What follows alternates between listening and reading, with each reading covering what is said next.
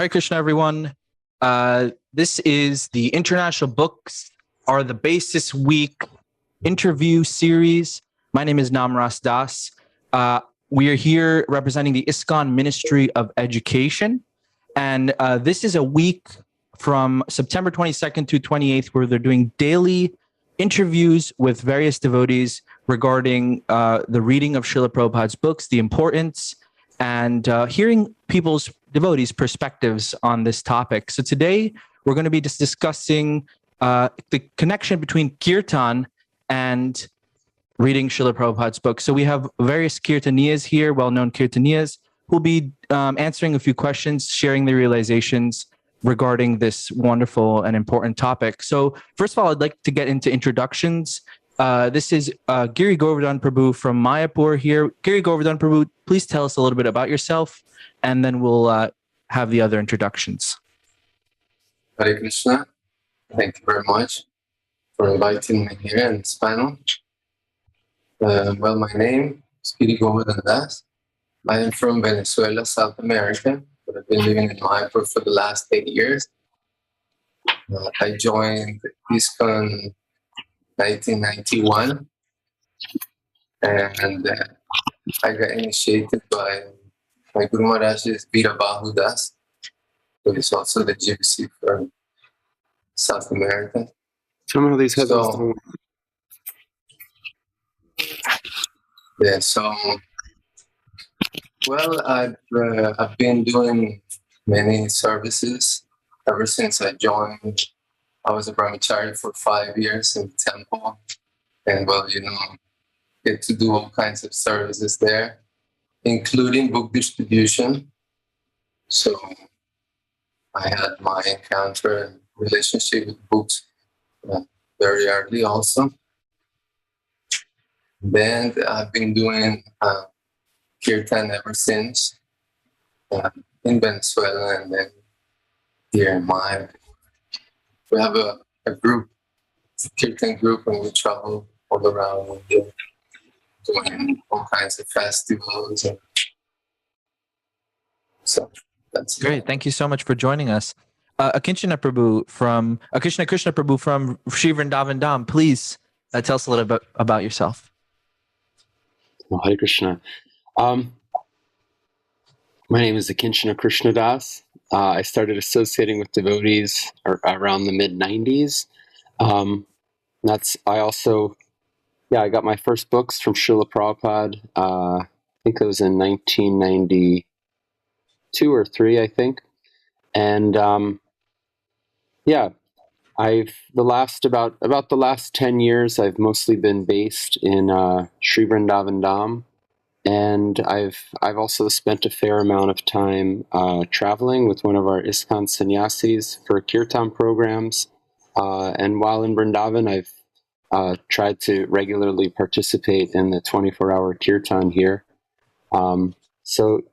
Kirtan has been like a really important aspect of my humble endeavors in Krishna consciousness. And thank you. I'm very happy to be here. Thank you. Gaura Vani Prabhu, please tell us a little bit about yourself. Hare Krishna. Thanks for having me, for inviting me. Whenever I get to associate with the devotees, I feel like my life has purpose and meaning. Especially that devotees somehow or other consider me a Kirtaniya. What a great honor that we actually are somehow or other included in Lord Chaitanya's movement. How lucky are we? Child of devotee parents, disciples of Srila Prabhupada, grew up hearing probably Srila Prabhupada's voice probably from almost the first moments of my life. I imagine that probably the first recorded music I ever heard would have been Prabhupada chanting or Prabhupada chanting japa. So in that sense, I've been associating with Prabhupada's Vani for my whole life.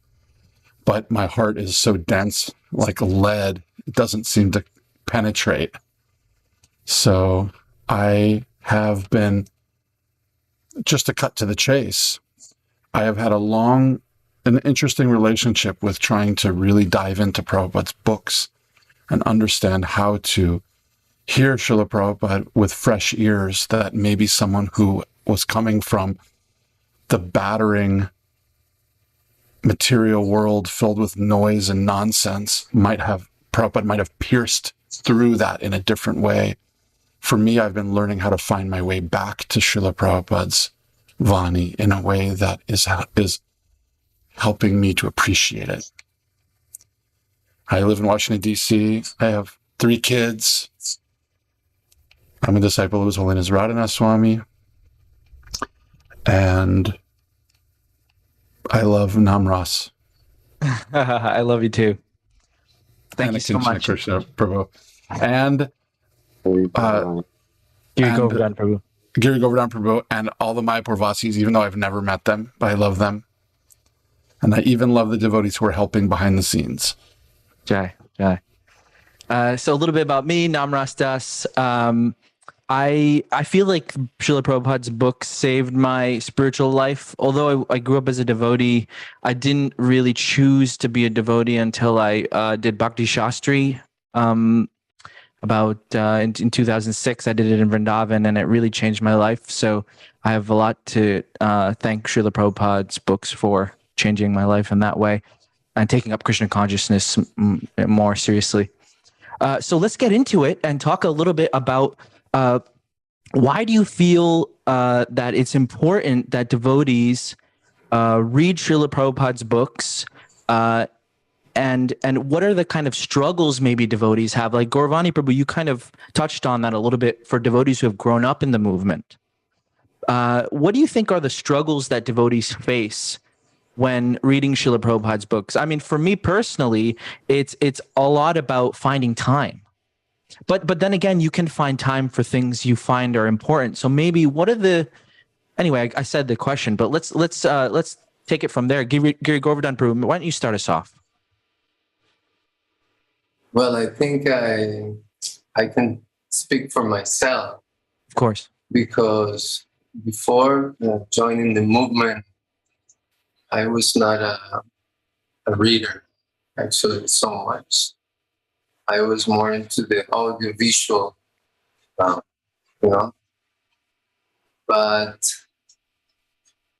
it was the books who were really, I didn't have very much relationship with books, but it was the books who brought me to Krishna consciousness. I remember I was sent to Canada for a year after I finished my high school.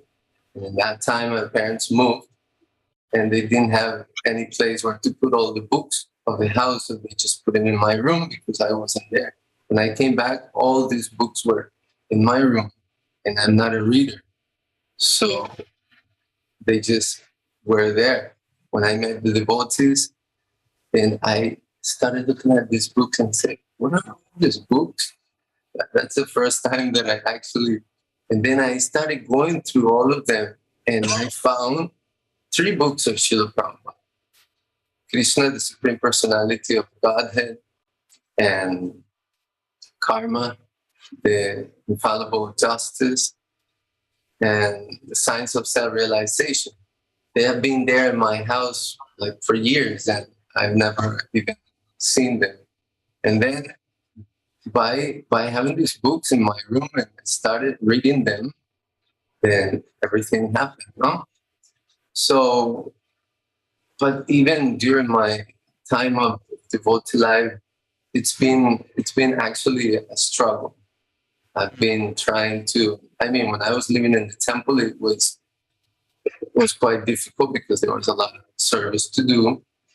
But you could, in the classes you hear, Bhagavatam, Bhagavad Gita, at least there's that opportunity to be in class. And then by distributing them, you had to read some of them. What you're going to say to people. So there I was also forced to read them. So, but mostly difficulties, distraction. I sometimes fall asleep during reading these books. So I remember one devotee was distributing books, and he offered the book to the person. And then he said, well, you know what? My really problem is that I cannot sleep. I have insomnia. So the Prabhu used this argument and said, oh, this book is really good. Imagine in our temple, every time we start reading this book, everybody falls asleep. So this book is really good. So that's one of the difficulties, but as you mature in spiritual life, you understand that without these books and this knowledge, you cannot go deep. So, yeah, I find that I read or I try to connect with the books a little more when I'm having some kind of difficulty in my life. I kind of like try to find some answers or something like that. Akinchan Prabhu, what about you? What do you find is a struggle that devotees face, or maybe from your perspective? Yeah, I definitely think it can be hard to stay consistently motivated just to individually, read Prabhupada's books.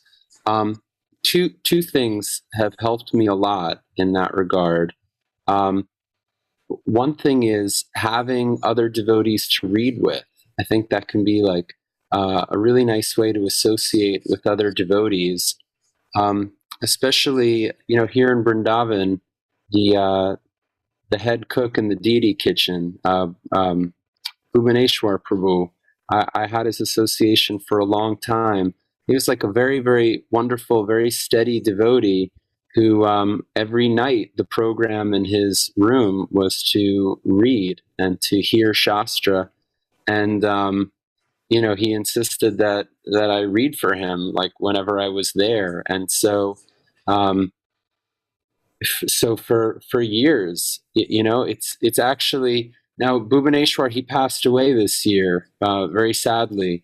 I mean, sadly for me, sadly for the devotees that loved him. So we've lost like his incredibly valuable association. But while he was here, he was a fantastic influence.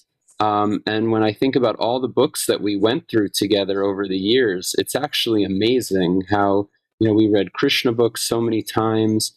We read so many cantos of Bhagavatam.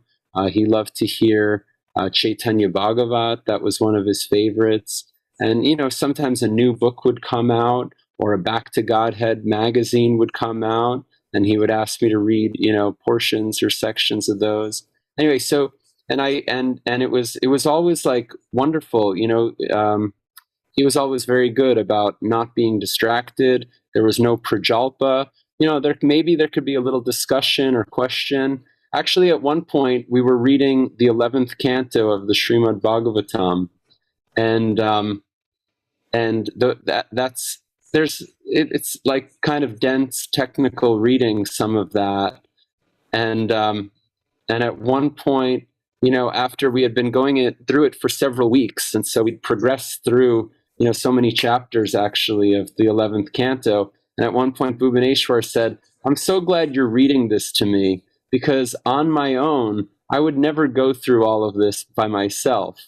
And I kind of laughed, and I said, Prabhu, if you weren't asking me to read this to you, I don't think I would go through all of this myself either. So, like in that way, it was like, by the association of devotees, we were kind of a support for one another, and we were able to kind of maximize our potential for reading Prabhupada's books. So, I just thought to share that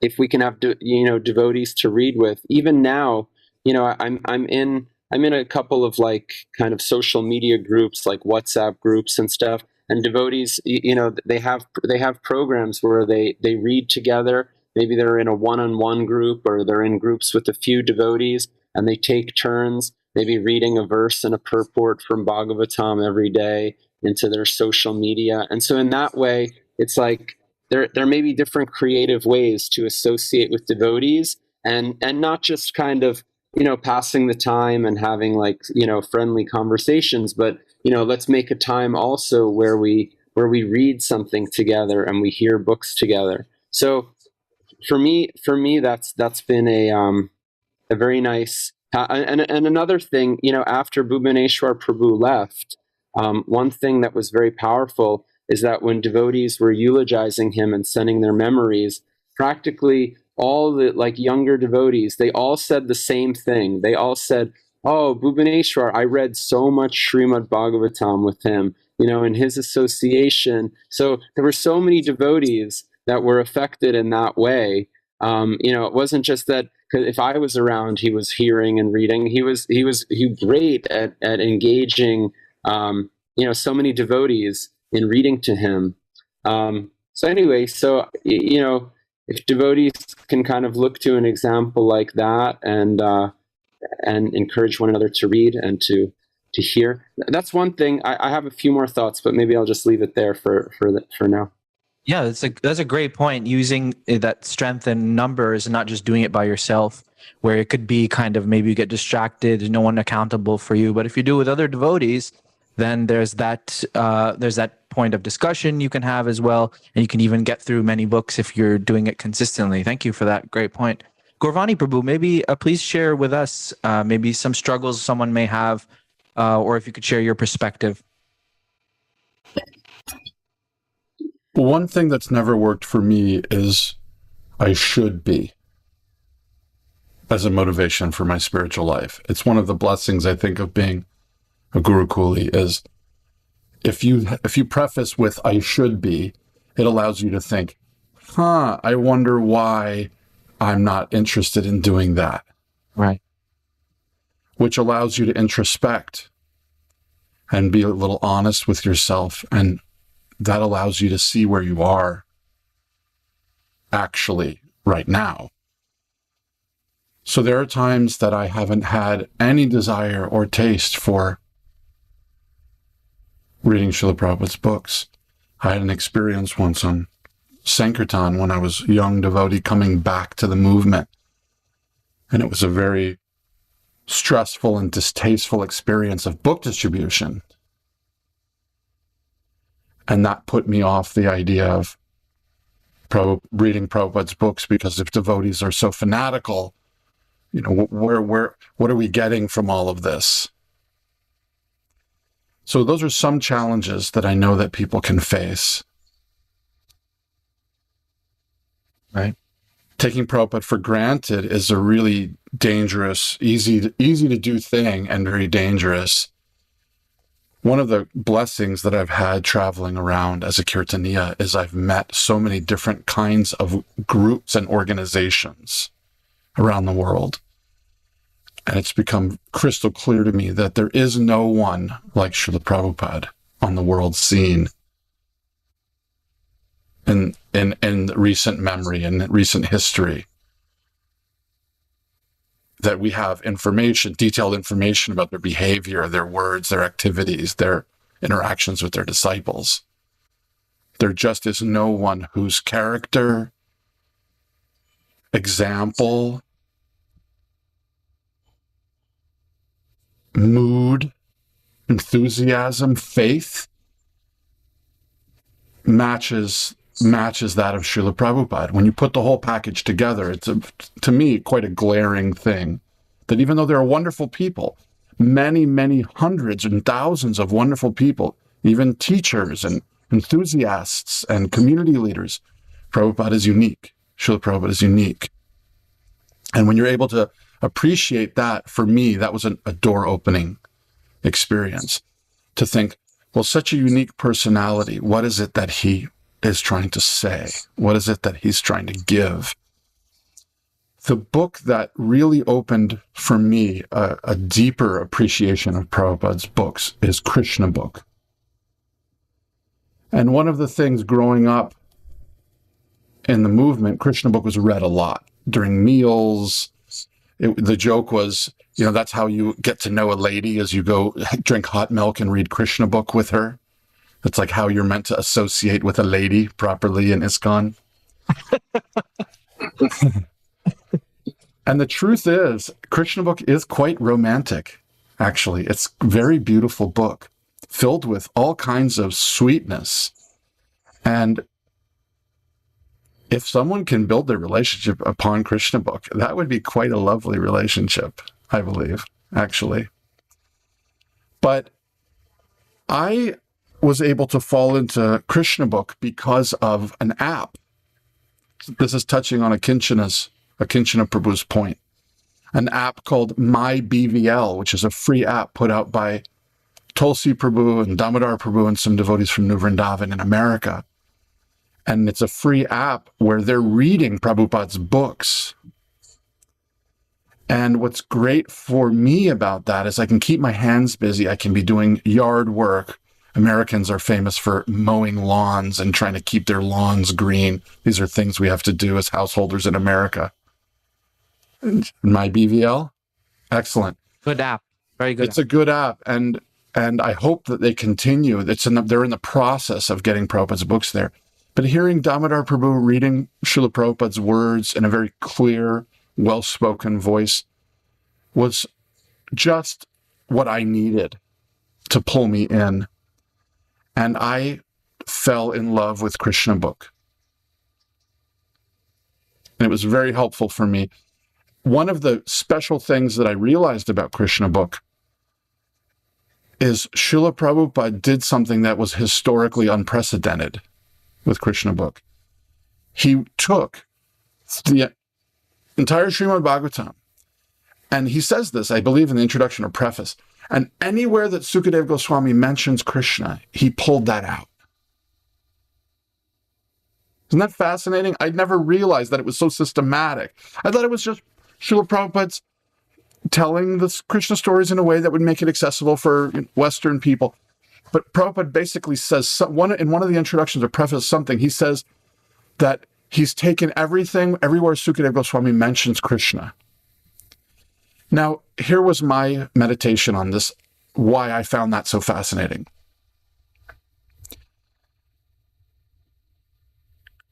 Srila Prabhupada is taking these quotes from Sukadeva Goswami, getting rid of anything except the direct mention of Krishna's Leela. And then Srila Prabhupada is explaining in his own words, in a narrative form, what Sukadeva Goswami is saying. We're basically hearing, word for word, Srila Prabhupada's ecstasy in meditation on the Leelas of Krishna. That's what Krishna book is.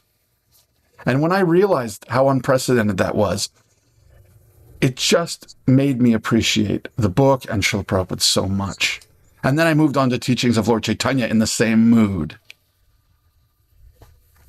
On the point of appreciation, something that kind of hit me was one devotee was telling a story about Prabhupada. Like he would guard Srila Prabhupada's rooms in the night, and he would be outside the room because I don't remember where it was, but it was like in the middle Adi Purush Prabhu in New Vrindavan, I believe. Right. Something in the middle of the night. And then he would see Prabhupada get up in the morning, and he would, with his own eyes, see him taking out the book, the huge book, and then putting the dictaphone and just working through the night to do that. That visual that he had was so powerful for him to understand, like the connection between the book that he's reading years later and that experience that he had, that Srila Prabhupada actually worked so hard to do all this. And if we don't read the books, then is that really showing our appreciate? How is that, showing our appreciation? So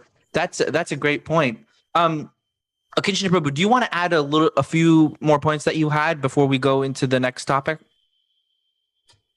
Well, actually, Gaura Vani said, that another very powerful tool for being regularly connected to Srila Prabhupada's books, I find, is audiobooks. Hearing recordings of devotees read the books. I just in my lamentation for missing Bhubaneswar, I don't know how many countless times we went through the Krishna book together. For example, that was a regular. That was one of the regular things that we would read at night. And after he left, I was thinking, like, how am I going to be as absorbed in these books again? And anyway, I just looked for that app that Gaura Vani Prabhu mentioned, and it looks really worthwhile. Damodar Prabhu is definitely one of the audiobook readers that's very pleasant to listen to. But anyway, there's others. I found an audiobook reading like Amala Bhakta Maharaj, for example. I think he's Classic one. fantastic. Somehow I listened to the whole Krishna book a couple of times, just kind of remembering Bhubaneswar and how we would read that, just for example. And there's so many others. It's a wonderful facility that devotees have created, that there's audiobooks, and I hope actually moving forward, it's something I'm personally very interested in, that more of our devotional library can be recorded as audiobooks. I mean, it makes it really easy, but it's very powerful, and it's like extremely effective. Like Gaura Vani said, like for example, I often cook in the middle of the day. It's maybe 45 minutes of my day. And if I hear a chapter of Caitanya Charitamrita or something, like my day is like so much more enriched than if I had just kind of, done the same thing, the same kind of service in silence, or even, in the morning while you're getting ready, or whatever, maybe there's things to do in the house, some housework, or just even taking a walk, being outside, whatever it is. There may be so many kind of spaces in your day where you could be like hearing something, and even spending some modest amount of time of your day hearing one of Prabhupada's books. I feel it it enriches your life in a very profound way. It enriches your sadhana, your chanting, your kirtan. It adds like a whole dimension to your life. And it's, so I wanted to say that point too about audiobooks. I find that's like a really powerful way to stay connected to Prabhupada's books, to Krishna Katha. Great segue into what I wanted to talk about now, is the connection between kirtan and reading Srila Prabhupada's books. So I've been thinking about this since they asked us to do this, and I'm really interested to hear what you all have to say about the connection, because you all are kirtan leaders, and the connection between doing kirtan and reading Prabhupada's books. Giri Govardhan, Prabhu, why don't you start us off? What is the connection there for you? Well, as an aspiring Kirtaniya, I always thought that our challenge is that we not only do some nicely melodious kirtan, but actually that we could do some pure chanting kirtan. So this is I would find it that the main challenge, to inspire the people, spread the holy name. So we need a foundation for this, so we need help for this. So there are different things that support our kirtan, and like sadhana, like japa, following 4 principles. But I found that reading the books is one of the most important things that I have found, because in the books you get the knowledge that is finding that why are you doing this, It's giving you the basis. If you don't know who you are, if you don't know why you're here, if you don't know what's your duty, who is the Supreme Personality of God, then, it's just, like I heard Ayendra Prabhu saying that if you don't chant Sudhanam, you're just making a whole lot of noises there. So that's a challenge. And for example, There's one verse that really has touched me a lot, and it's a verse from Bhagavatam, and praised by Queen Kunti, a famous prayer. It says that if you're not materially exhausted, then nobody can easily approach you.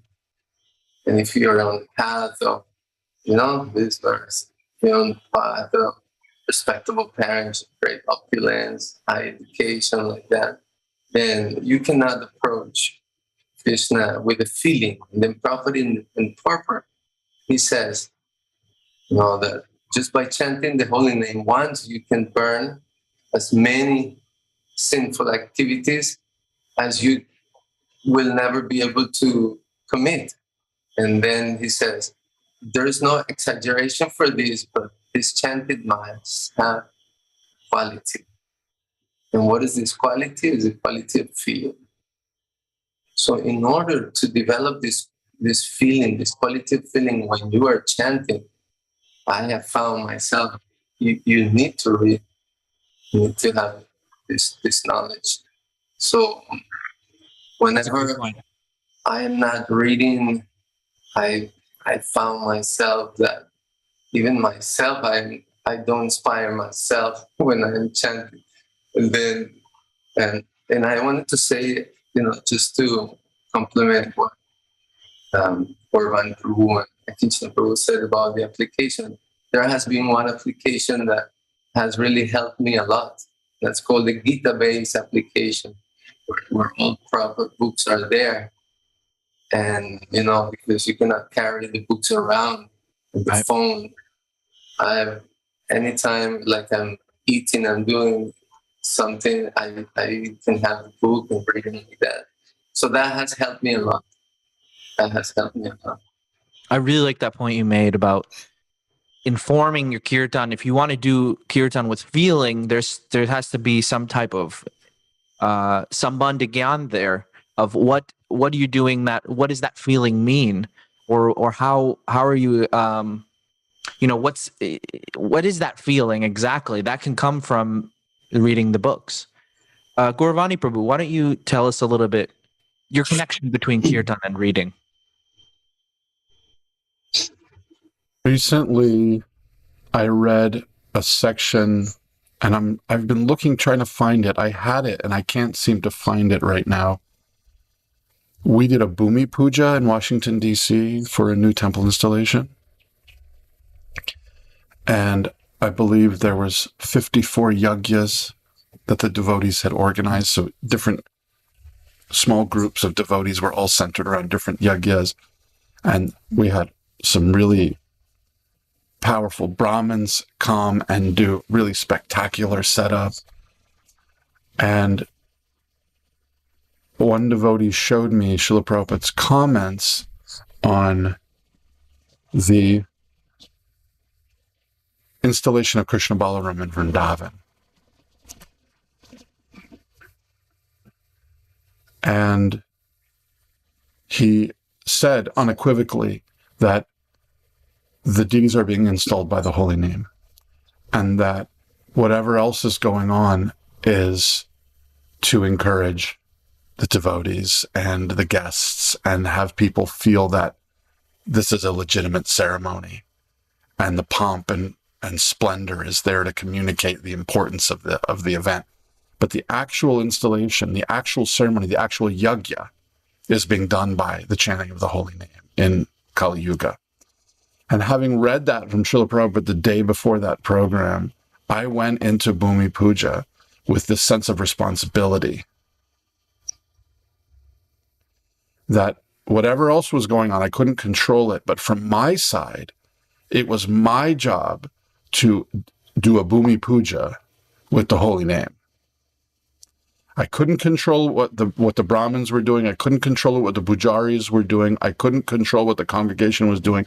But from my side, I had to be incredibly serious, because if I wasn't doing kirtan properly, from my side, I was failing in the installation of the Bhumi Puja for the temple. That was like I felt that responsibility because of reading Srila Prabhupada's words.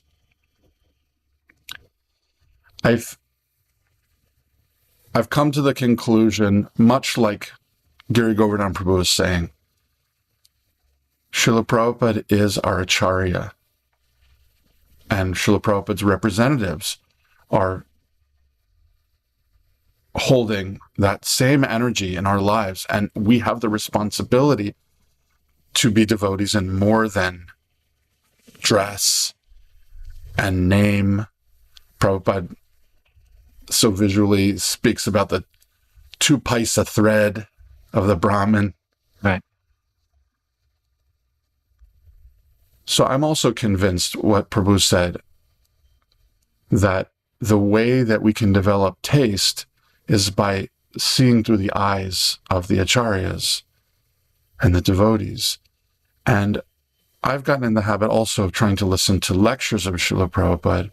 There's another app I wanted to mention in this regard, which is Katamrita, which is a free app that is interesting in that Prabhupada just plays. And if you stop and you go like have breakfast, when you come back, Prabhupada's in another city. Right. The lecture doesn't stop. So there's this mood in my mind. It's like, Prabhupada's leaving, like he's going. Like, should I press stop? Because whatever Prabhupada's speaking about is going to be finished now, and I'm going to catch it later. So that's kind of exciting. It gives you a sense of enthusiasm. Right. Thank you. Gaura Vani, Akinchan Prabhu, you know, Ayendra Prabhu, you had a lot of association with Ayendra Prabhu, and I'm sure you can share something, but the connection between Kirtan and the reading of Prabhupada's books, what would you say is the connection there? Yeah, well, thank you for bringing up Ayendra Prabhu. I think he's a phenomenal example. You know, he's very famous, especially for his Kirtan Seva, and you know, maybe for his deity worship as well, like how he would dress the deities on the altar, and he had his own personal deity worship. But I think, you know, the foundation, like Prabhupada says, books are the basis. You know, I think, and I think that applies like individually and collectively, you know, to everybody's kind of spiritual progress. Books are the basis. With Ayendra's example, it was like actually astonishing how he heard Krishna Katha very, very thoroughly. You know, somehow he was spending so much time in his room. And first of all, just by speaking to him, you could understand, like, he's not just spacing out while he's in there, like he's fully absorbed. He's definitely done so much reading. There's examples I could give, but, you know, I think he slept very little, and throughout the night there was like lectures going on and being played. He was also an audiobook person because he would spend several hours on his deity worship. And while the deity worship was going on, maybe there would be like a person reading to him, or he had various recordings of books that he would listen to. So, right, the question is the connection. I think the point is that books are the basis. And chanting, you know, hearing and chanting are kind of like, you know, 2 lines of a track, or they're things that go together. You know, if one wants to chant nicely, one has to hear nicely. I think Prabhupada said that he was marked by Srila Bhakti Siddhanta, you know, as someone that really liked to hear. And there are stories in the life of Prabhupada, you know, where he patiently, like, you know, wanted to hear very thoroughly from his spiritual master, and his spiritual master marked him and appreciated, like, oh, I know him. When he was brought forward for initiation, Bhakti Siddhanta said, oh, I've marked him. He likes to hear. And I think Srila Prabhupada later credited, you know, that he was able to speak and to preach, which is, you know, another type of chanting. He was able to speak and preach because of that background of hearing. And with the holy name also, you know, I like the point Giri Govardhan brought up. We know that there's stages of chanting the holy name. There's chanting with the fence, there's chanting on the clearing stage or the Abbas stage, and then there's chanting purely. And it may take considerable effort and purification to elevate the quality of our chanting from something that's just kind of mechanical to something that's like deeply devotional. I think and what you said also, to have the knowledge, to have the worldview, to have like the Sambandha Gyan, the Abhideya Gyan, the Prayojan Gyan, to have that understanding very clearly, that's a crucial element to what's going to purify, one's consciousness, and make one's chanting, powerful for your own benefit, for the benefit of others. It's a long road from Shraddha to Prema, and or it can be a long road. Anyway, and those different stages. I think you can think of them. It's kind of like we got like elementary school, and you got middle school, and you got high school and college, and maybe there's graduate schools and so on. I think that's what those different levels are, and basically where you are on that path is how pure are you, how cleansed are you of material desires, and how attached are you to the worship of Krishna. And practically, just like in school, in elementary school, the whole foundation of the curriculum is you got some books to study. And in middle school, there's like a new set of books to study that are like a little more advanced, a little more complex, for a more mature audience. And, in high school and college and so on.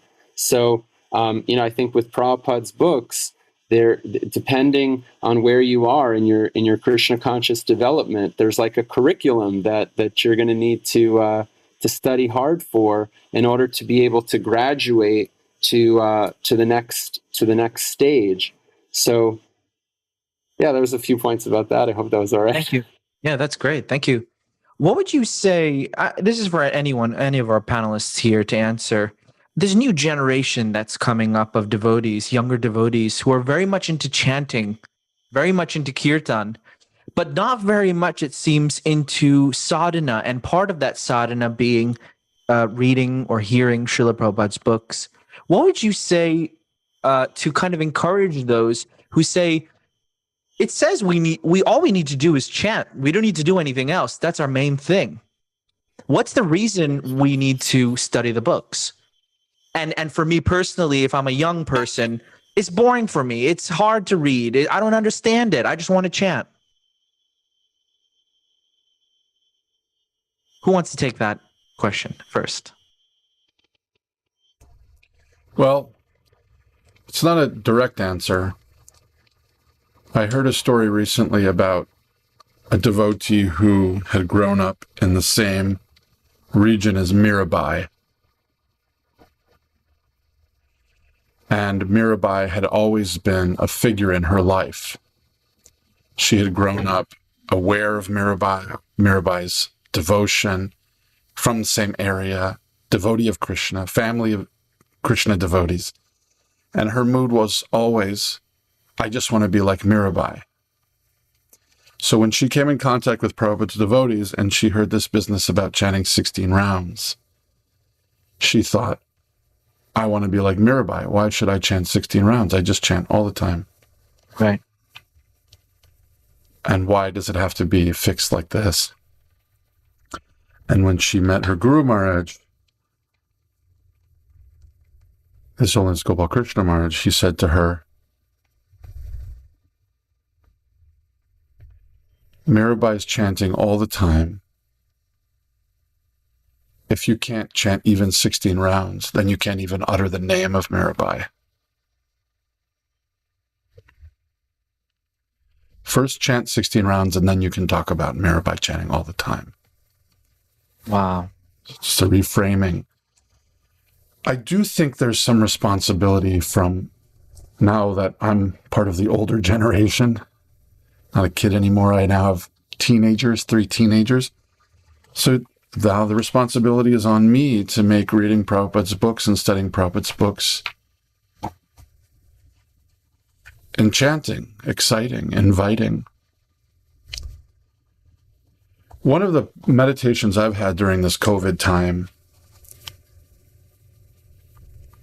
is it's so easy to criticize others with the world of social media and distance provided by the COVID time. It's become so simple to just think of someone and dance your fingers on the keyboard, give them a little piece of your mind, and then go back to your whatever. But one of my meditations has been to try and look with the same eyes inside and see where I am in comparison with my ideal. In other words, not comparing myself with him, this guy who I'm criticizing, that lady who I'm criticizing, this topic, that topic, but to see, I'm seeing this lack in the world, but how am I doing in that category of lack? So an example would be the GBC, they just blah, blah, blah, blah, blah, blah. But what they really should be is blah, blah, blah, blah, blah. So then I ask myself, well, how am I in the department of blah, blah, blah? And if I'm not in a situation where I'm feeling strong in that department, I've decided that what I should do is focus all available energy, including whatever would take for me to criticize someone, on bringing myself up to a level that I feel happy and confident with my meditation, my reading, my dedication, my selflessness, whatever, my example. And I've realized I have such a long way to go. My feeling is that the young people should be encouraged in their chanting like anything. There are so many nonsense young people in the world that are doing all kinds of garbagey nonsense. And we have a generation of young people that want to sit hour after hour and do kirtan. You can't compare that to young people in any other organization in the world even. There's an executive from Google who's a friend of mine, and he said, I've seen so many organizations, and ISKCON has this enthusiastic young generation that you don't see it elsewhere, where they're more enthusiastic about carrying on, even though the founder has passed. I really appreciated that. So then the question is, what am I doing to really develop a taste and enthusiasm for reading Srila Prabhupada's books, so much so that I can transmit it to others? Great point. Be the example for the younger generation. You know that famous story that Srila Prabhupada also quoted from Gandhi about the lady who goes to her guru and asks him to tell the kid to stop eating sweets because he has, right? You know that story? Yes. Diabetes runs in the family, and the guru says, come back in 2 weeks. And then finally 2 weeks come and he tells the kid, please stop eating sugar. It's not so good for you. And then the mom says, why couldn't you say this 2 weeks ago? He says, well, at that time I was eating too much sugar. So I needed to first stop myself before I could instruct others. Right. Because there's Shakti there. Even on the material level, there's Shakti there when someone's actually doing rather than just speaking. Great point. Fantastic point. Giri Govardhan Prabhu, do you want to comment on my question? Yes. Well, I have two things that I wanted to say, because, I heard that the conclusion or the reason why we are distributing so many books and we are reading so many books, the conclusion should be that we have to chant. Why are we distributing so many books and reading? Because we want to convince people to chant. So that's going from reading the books, going to the conclusion of chanting.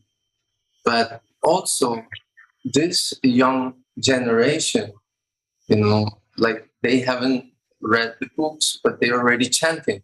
So there's the other opposite way. For example, I was once in Woodstock, and then they have this nice tent where they do kirtan all the time, and then all these young people come there and they just dance and chant.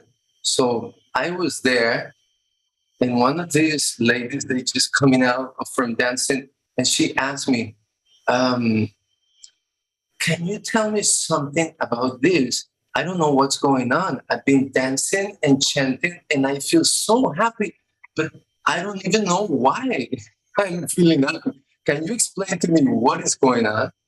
So from that point of view, you said, well, they had a tent next to it where they explain the philosophy.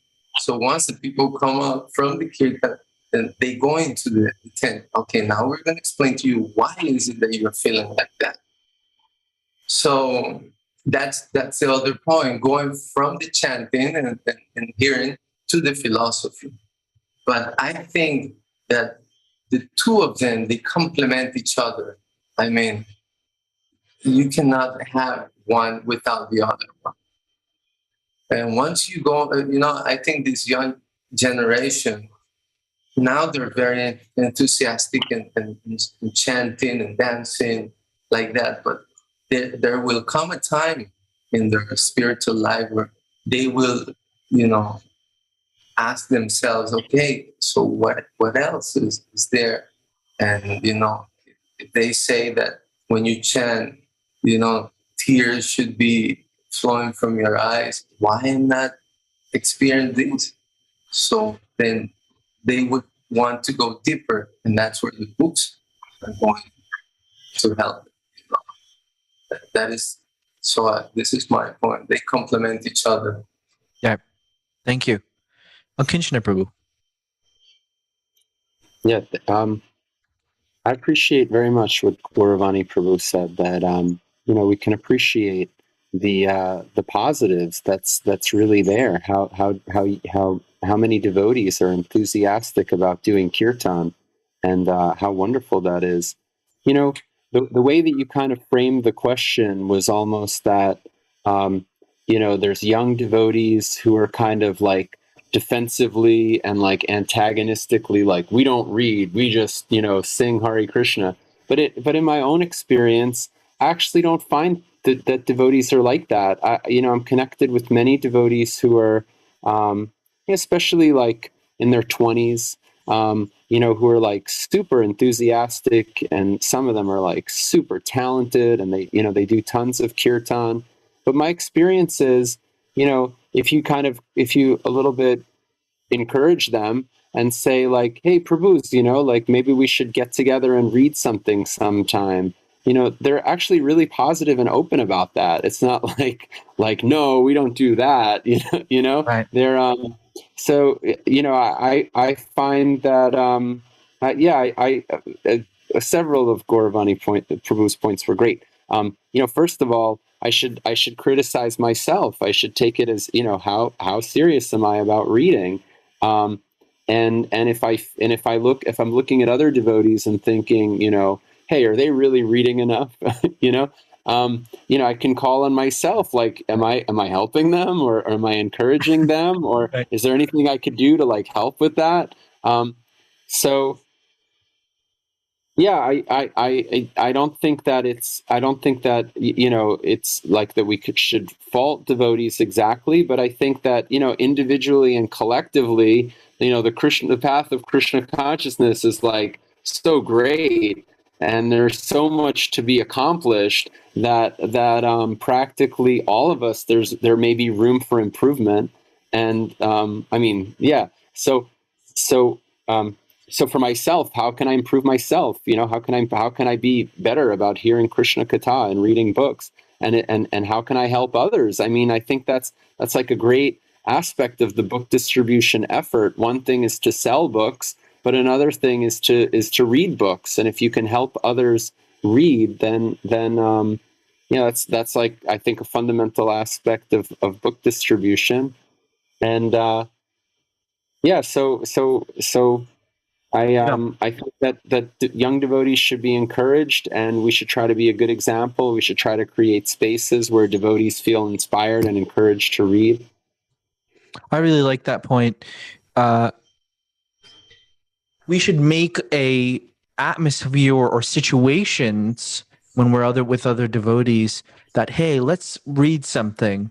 instead of let's hang out or, or just talk prajalpa, let's read something, and then that will help to change this culture, perhaps in our own little circles of devotees that we have, wherever we are, our own circles. We can change, we can start this culture of reading Prabhupada's books more regularly and together. I think that's kind of what I'm taking away from this whole conversation, is that it's not something that's done necessarily by ourselves. It's something that's done even congregationally, to read, to discuss and things. So yeah, thank you. I appreciate that. We're coming up to the end here, and I want to just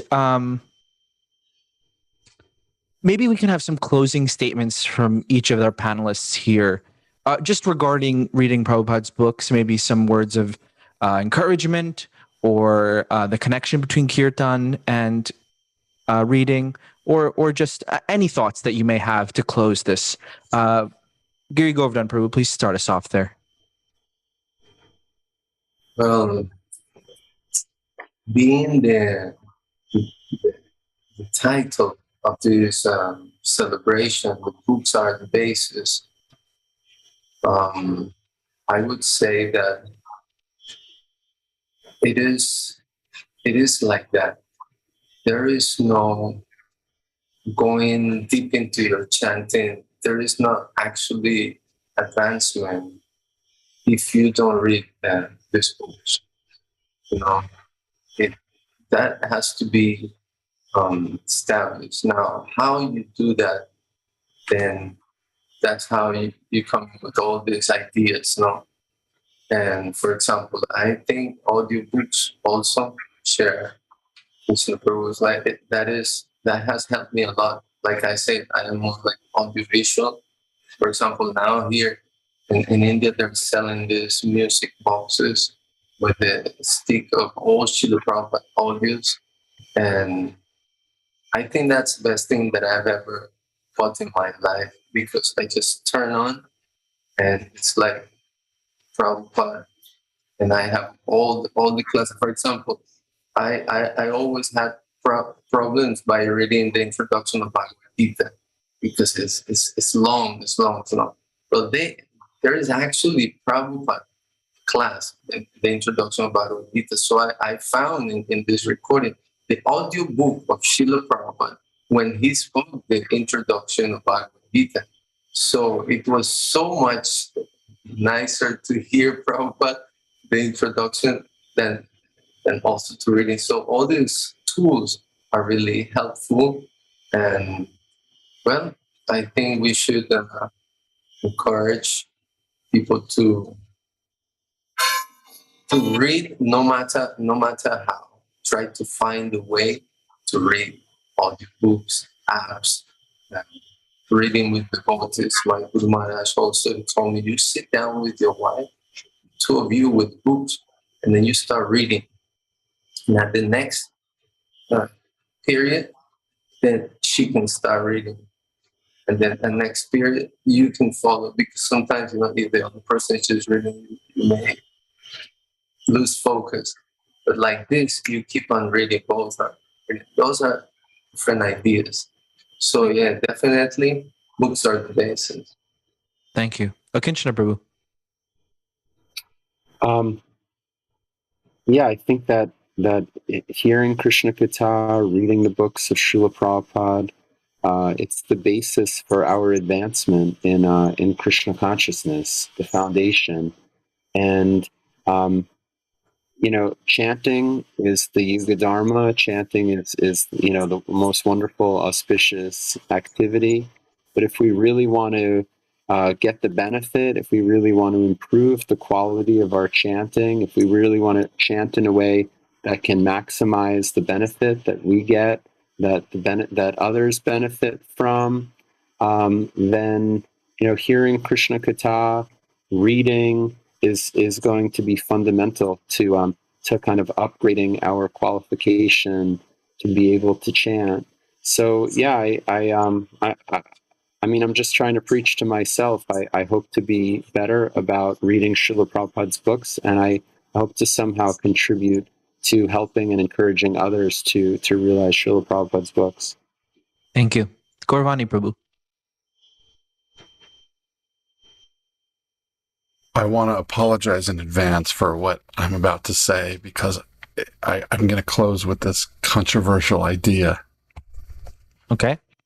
So forgive me, don't mean to offend.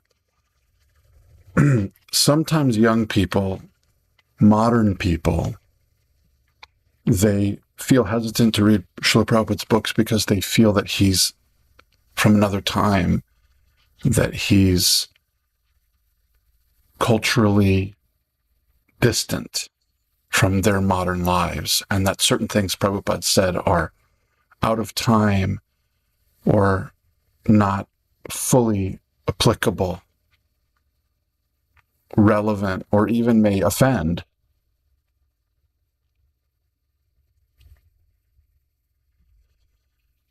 And what I would like to say is that we are a society of personalists.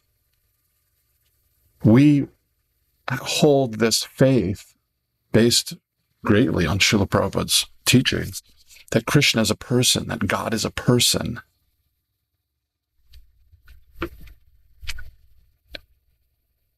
It's a very revolutionary idea. Most religious people these days